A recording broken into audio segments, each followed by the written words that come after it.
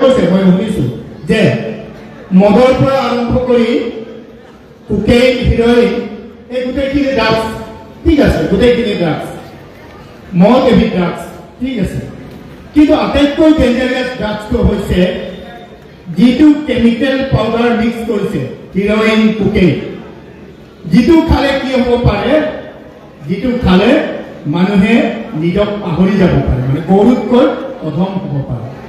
সেইকাৰণে এই ড্ৰাগছটো গোটেই পৃথিৱীত এতিয়া 26 জুনটো ড্ৰাগছ এণ্টি ড্ৰাগছ দিৱস হিচাপে পালন কৰা হয় গোটেই বিশ্বত 26 জুন দিৱসটো।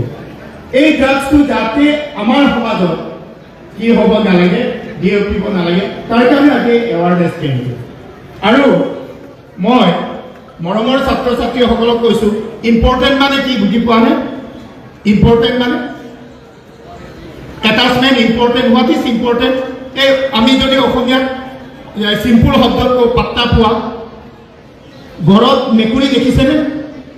মেকুৰী পোৱালিটো ক'ত উঠে? কোলাত উঠে।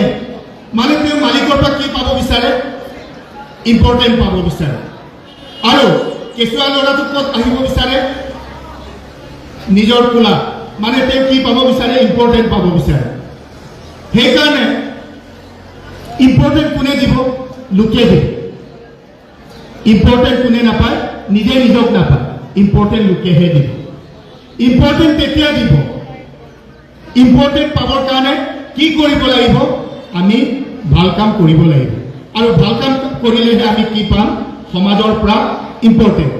আচ্ছা, মই এটা কুৱেশ্যন সুধিম যে টাটা, বিৰলা, গোয়েংকা, ডালমিয়া তেওঁলোকৰ বহুত পইচা আছে। টাটা, ৰতন টাটা সিদিনা মৰিছে। এদিন এনেকুৱা বয়স আহিব মোৰ পইচা কিমান আছিলে মই পাহৰি যাম। এদিন এনেকুৱা বয়স আহিব মোৰ ঘৰটো বাঁহৰ ঘৰ আছিলে নে 6-7 মহলীয়া ঘৰ আছিলে পাহৰি যাম। কিন্তু মই জীৱনত যি ভাল কাম কৰিম, তোমালোকে জীৱনত যি ভাল কাম কৰিব, সেইটো কিন্তু সমাজে কেতিয়াও নাপাহৰে, সমাজে সদায় মনত ৰাখিব। এইকাৰণে সমাজত ভাল কাম কৰিবৰ কাৰণে আমাক কি লাগিব? গুড হেল্থ, গুড ছ'চাইটি, নহয়নে? আৰ্ট অফ লিভিং বুলি এটা আছে, আৰবিন্দ ফিছাৰৰ এটা কিতাপ আছে, আৰ্ট অফ লিভিং। ইংলেণ্ডৰ প্ৰধানমন্ত্ৰীয়ে ৰাতিপুৱা ৰাস্তাত খোজ কাঢ়ে, চুইপাৰ এজনে সোধে, কি বুলি সোধে? Good morning sir. যদি ইংলেণ্ডৰ প্ৰধানমন্ত্ৰীক চুইপাৰজনে গুড মৰ্ণিং বুলি কওঁতে যদি ৰেচপেক্ট নকৰে, যদি থেংক ইউ বুলি নকয়, ইংলেণ্ডত কি কৰা হয়? তাত ডিফেমেশ্যন কেছ দিয়ে। ই মানুহক সন্মান কৰিবই নাজানে। আমাৰ ইয়াত আকৌ তাৰ উল্টা হয়নে নহয়? তাত উল্টা আমেৰিকাৰ ৰাষ্ট্ৰপতি এজন, ইংলেণ্ডৰ প্ৰধানমন্ত্ৰী এজনে কি কৰে? তাত চুইপাৰ এজনকো তেওঁলোকে এজন ভাল মানুহ হিচাপে সদায় ৰেচপেক্ট কৰে। সেইটোক কৈছে আৰ্ট অফ লিভিং। সেইকাৰণে আৰ্ট অফ লিভিং। আকৌ আমাৰতো 3-4 থিয় হৈ পেলাই মানুহক ইমান বদনাম গাব পাৰে, ইমান বেয়া কথা ক'ব পাৰে। সেই তেনেকুৱা সমাজবিলাকত কি কৰা হয়? সুখৰ জীৱন যাপন কৰিব পাৰে মানুহ। এই সুখৰ জীৱন যাপন কৰিবৰ কাৰণে আমি কি কৰিব লাগিব? সৰু কালৰ পৰা নিজক গঢ় ল'ব লাগিব। এজনে কৈছে জীৱনত কি হ'ম? ডক্টৰ হ'ম। That is nonsense. You should not be become a doctor. কি হ'ব? মই ইঞ্জিনিয়াৰ হ'ম। ইঞ্জিনিয়াৰ হ'ব দৰকাৰ নাই, ডক্টৰ হ'ব দৰকাৰ নাই। আপোনাৰ what is your aim and ambition, what is your objective of life, সেইটো ঠিক কৰিব লাগিব। কেনেকৈ ঠিক কৰিব লাগিব? মই ডক্টৰ হ'ম। কেনেকুৱা ডক্টৰ হ'ম?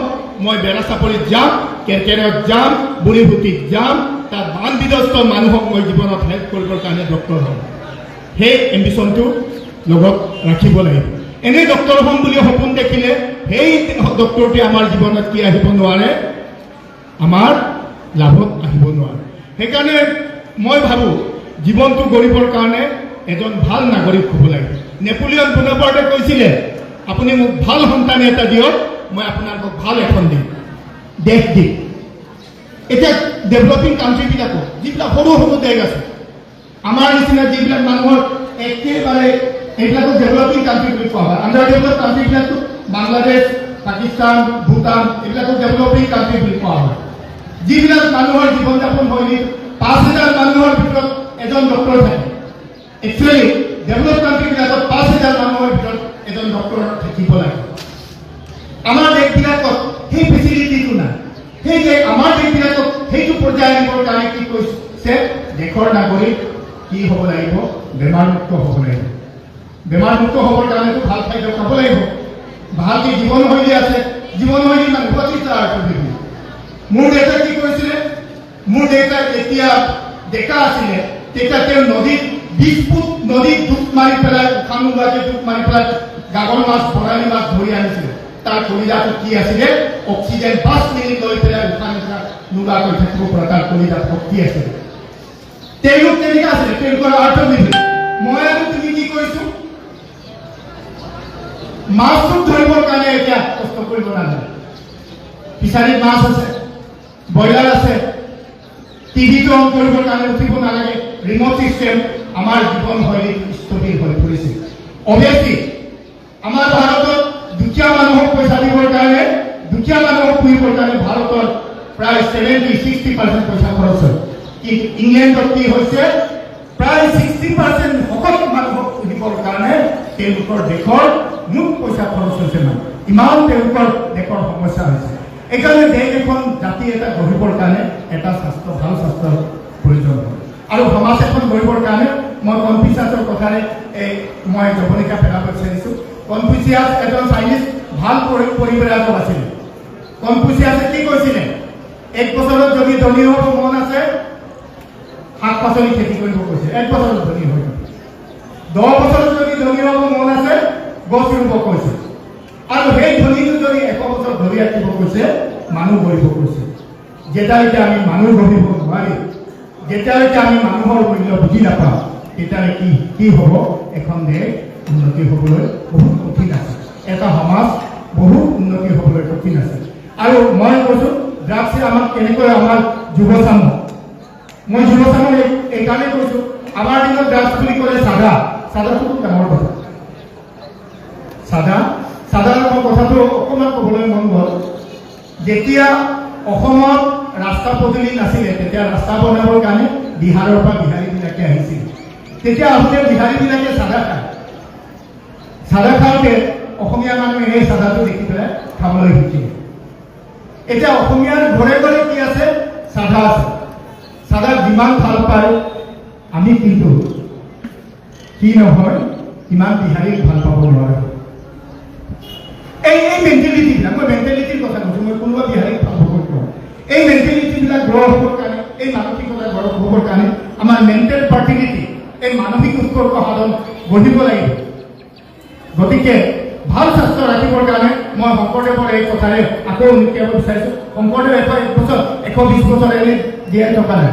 শংকৰদেৱে কেতিয়াও বেয়া বস্তু খোৱা নাছিল। জীৱনত এবাৰো শংকৰদেৱে বেয়া বস্তু খোৱা নাই, কাৰণে 120 বছৰ জীয়াই আছিলে।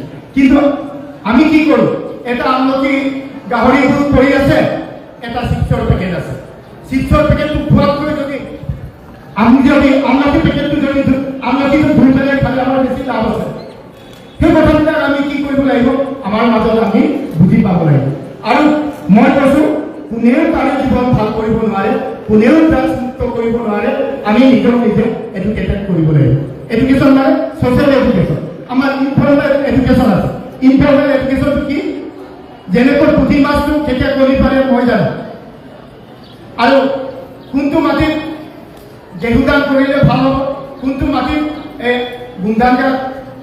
গুমধান খেতি কৰিলে ভাল হ'ব, আৰু কোনটো মাটিত লাহি খেতি কৰিলে ভাল হ'ব, মই এইটো জানো। কিয় জানো, মোৰ দেউতাই খেতি কৰিছিলে। মোৰ দেউতাই কি কৰিছিলে, বেলি চাই সময় কৈছিলে, ঘড়ী চাই সময় পোৱা নাছিলে। সেইকাৰণে মই কৈছোঁ, আমি নিজে নিজক কি কৰিব, আমাৰ মাজতে বহুত এডুকেশ্যন আছে।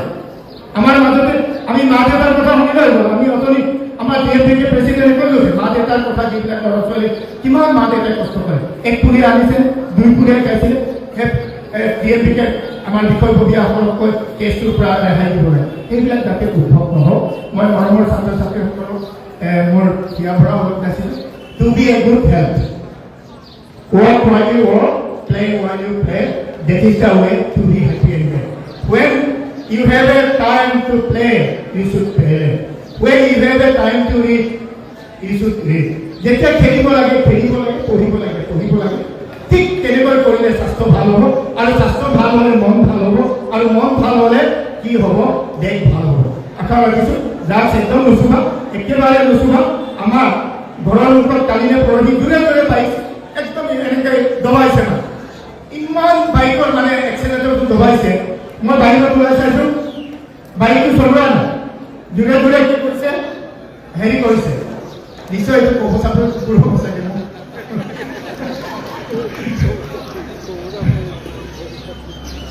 কুকুৰবিলাক মোৰ মৰমৰ মানে